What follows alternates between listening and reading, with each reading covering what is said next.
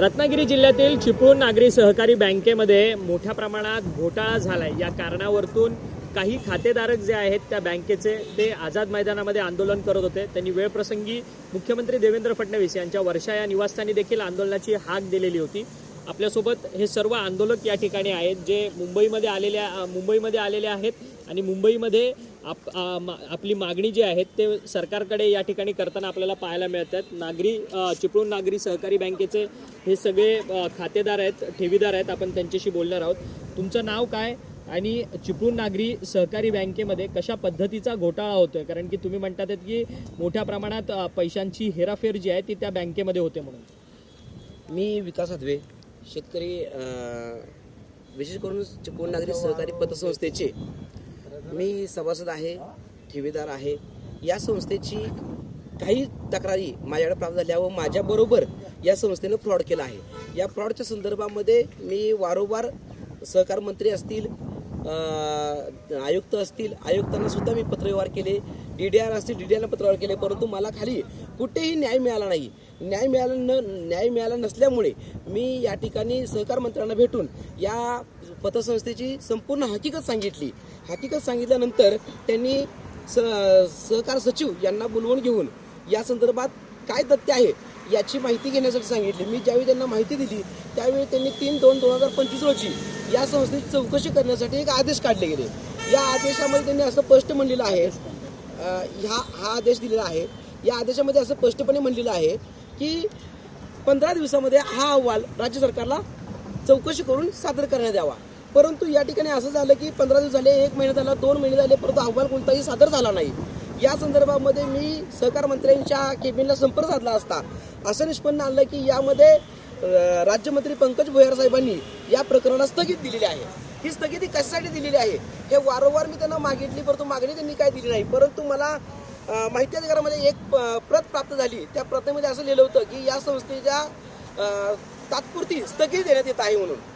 मग या संदर्भात चौकशी केली असता असे निष्पन्न झाले की या संस्थेचे जे जावई आहेत, जे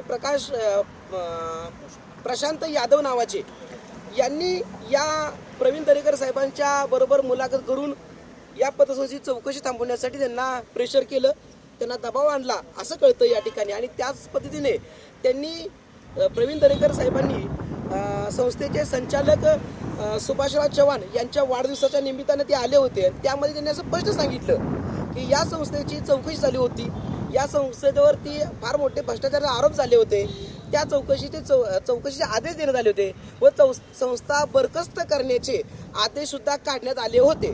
परंतु मी स्वतः देवेंद्र फडणवीस साहेबांना फोन करून या चौकशी थांबवण्याचे आदेश दिले आणि साहेबांनी ते मान्य केले आणि आम्ही तुमच्याबरोबर आहोत, संस्थेबरोबर आहोत असं खुलं चॅलेंज त्यांनी करून या ठिकाणी देवेंद्र फडणवीस साहेबांनाच त्यांनी स्वतः की आपली भारतीय जनता पार्टी कशी भ्रष्ट आहे किंवा आपण कसा भ्रष्टपणा करू शकतो हे या प्रकरणातून दाखवून त्यांनी दिलं आहे। परंतु तुम्ही हा आरोप करताय, तुम्ही या बँकेचे काही खातेदार आहात का, ठेवीदार आहात का? आणि तुम्ही जिथून येता, तुम्ही पाटण तालुक्यातून येता आणि ही संपूर्ण बँक, ही जी नागरी पतसहकारी संस्था आहे ती तर चिपळूणात आहे, कोकणात आहे, रत्नागिरीमध्ये। त्या बँकेमध्ये तुमच्या भागातले किती खातेदार आहेत आणि त्यांची कशी फसवणूक होते? कारण की महत्त्वाची बाब ही फसवणुकीची आहे। कशा पद्धतीने फसवणूक होते आणि किती रुपयांची ही सगळी फसवणूक आहे? त्याची काय अमाऊंट आहे का?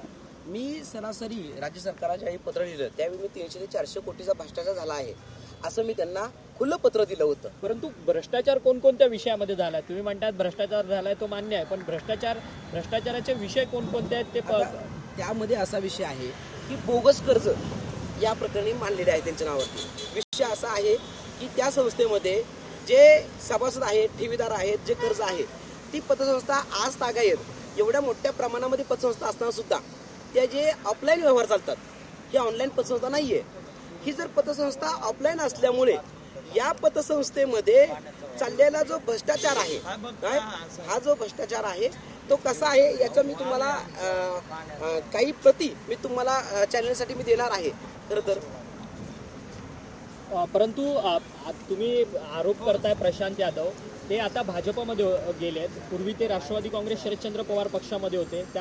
या सगळ्या गोष्टीला अभय देण्याकरता हा सगळा पक्ष प्रवेश होता। बघा, हे रत्नागिरी जिल्ह्यामध्ये सगळ्या चर्चा आहे की फक्त पतसंस्थेची चौकशी चालू असल्यामुळेच या व्यक्तीने BJPमध्ये प्रवेश केलेला आहे आणि ते खुलं करून दाखवलेलं आहे. आता त्यांनी एक 8ला त्यांनी पूर्ण स्थगिती दिलेली आहे या चौकशीसाठी आणि त्यांचा प्रवेश 19 तारखेला या ठिकाणी झालेला आहे. याचा अर्थ हाच होतो की आम्ही जाऊन गोरगरिबांचे पैसे वाचावे म्हणून आम्ही इथपर्यंत यायचं. यांनी हे प्रकरण बघायचं, याचं गांभीर्य ओळखायचं आणि त्यांना पक्षप्रवेशची ऑफर द्यायची आणि पक्षामध्ये सामील करून घ्यायचं आणि या ठिकाणी यांना तक्रारदाराला असंच वाऱ्यावरती सोडून द्यायचं.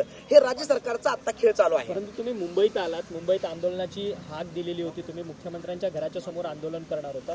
तुमचं सरकारकडनं कुणी म्हणणं ऐकून घेतलंय का? आतापर्यंत आंदोलन केलं का? हे पहा, मी देवेंद्र फडणवीस साहेबांच्या वर्षा निवासस्थानी गेलो होतो. तिथं आम्ही आंदोलन करण्याचा प्रयत्न केला, परंतु तिथल्या पोलिसांनी आम्हाला विनंतीपूर्वक सांगितलं की या ठिकाणी त्यांना करता येणार नाही.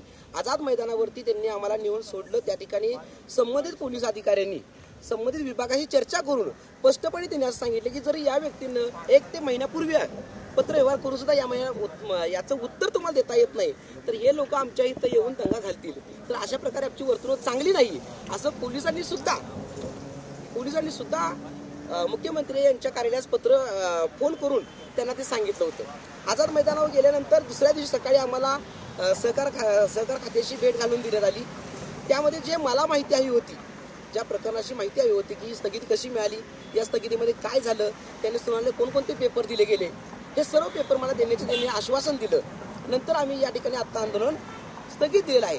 हे पेपर आम्हाला प्राप्त झाल्यानंतर पुढील दिशा आम्ही या ठिकाणी ठरवणार आहे. परंतु पुढचं आंदोलन कशा पद्धतीचं असेल? कारण की लाखो लोक या सगळ्या चिपळूण नागरी सहकारी बँकेमध्ये सभासद आहेत, त्यांच्या ठेवी आहेत, त्यांचे पैसे आहेत.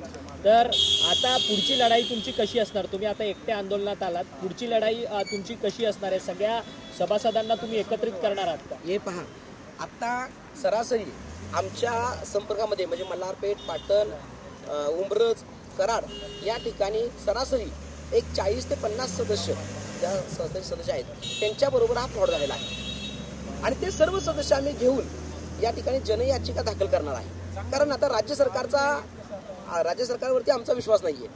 कारण राज्य सरकार स्पष्टपणे प्रवीण दरेकर साहेबांनी जर स्पष्टपणे खुले भाषण करून सांगितलं असेल की या पतसंस्थेला वाचवण्यासाठी आम्ही प्रयत्न केले, मुख्यमंत्री साहेबांनी प्रयत्न केले, जर राज्यमंत्र्यांनी प्रयत्न केले तर या ठिकाणी मला वाटतं की न्याय मिळणार नाही.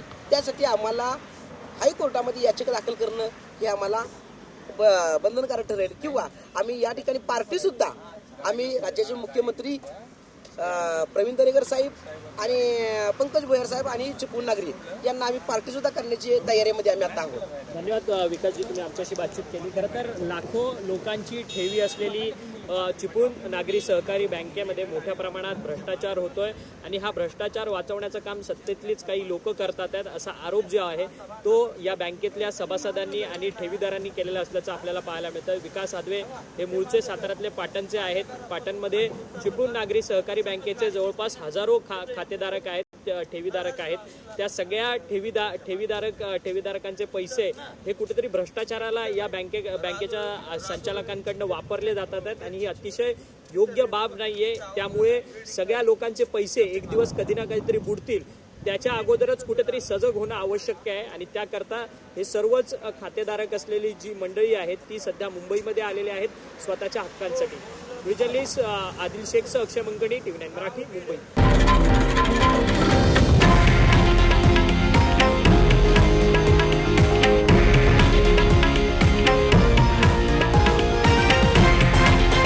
हे आहे देशातील नंबर 1 न्यूज नेटवर्क आणि आपण पाहत आहात TV9 मराठी, एकमेव.